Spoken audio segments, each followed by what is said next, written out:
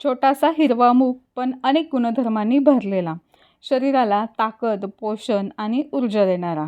आज आपण करणार आहोत हिरव्या मुगाचे पौष्टिक लाडू. या लाडूंमधून शरीराला खूप सारी ऊर्जा मिळते, ताकद मिळते, रोगप्रतिकारक शक्ती वाढण्यासाठी मदत होते. त्यामुळे हे लाडू नक्की बनवा. दिसायला खूप साधे पण पौष्टिक हिरव्या मुगाचे लाडू चवीला तर खूपच अप्रतिम लागतात आणि आरोग्यदायी सुद्धा आहे. नमस्कार, मी पल्लवी. आजच्या व्हिडिओमध्ये सर्वांचं खूप खूप मनापासून स्वागत करते. इथे तुम्ही पाहू शकता लाडू किती छान असा मस्त झालेला आहे, एकदम तोंडात टाकताच विरघळणारा.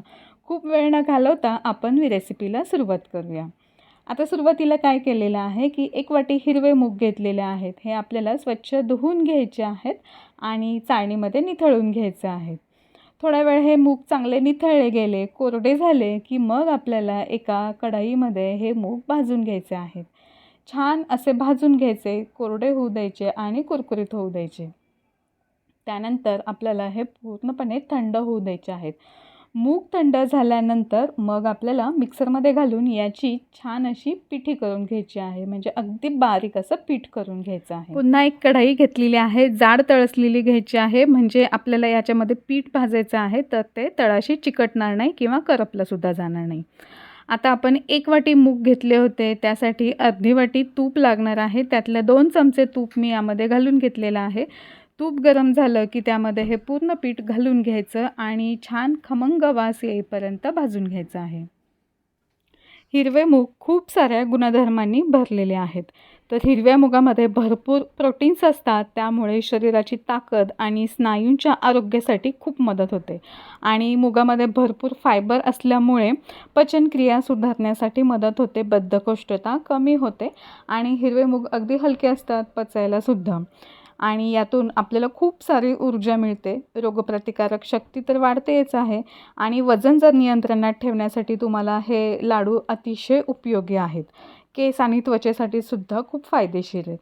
तर असे हे मुगाचे लाडू तुम्ही नक्की करून बघा. आणि हे बघा, अशा पद्धतीने पीठ आपलं छान खमंग असं भाजलं गेलेलं आहे. आता यामध्ये आपल्या आवडीनुसार आपण ड्रायफ्रूट घालून घेऊ शकतो. मी काजू आणि बदामाचे तुकडे घालून घेतलेले आहेत. त्याचबरोबर थोडेसे अक्रोडचे सुद्धा तुकडे घालून घेतलेले आहेत आणि हे सुद्धा आपण 4 ते 5 मिनिट यामध्ये भाजून घेऊया. तर हे बघा, अशा पद्धतीने छान असं हे एकत्र भाजून घेतलेलं आहे. यामुळे ड्रायफ्रूट छान असे क्रंची लागतात लाडूमध्ये. आता हे पीठ जे आहे ते भाजलेलं आहे छान. आता हे कोमट होऊ द्यायचं आहे. जेवढं पीठ घेतलेलं आहे त्याच्या निम्मा आपल्याला यामध्ये गूळ घालून घ्यायचा आहे. गूळ बारीक चिरून घेतलेला आहे. आता पीठ थंड झालेलं आहे. यामध्ये हे सगळं व्यवस्थित असं मिक्स करून घेऊया.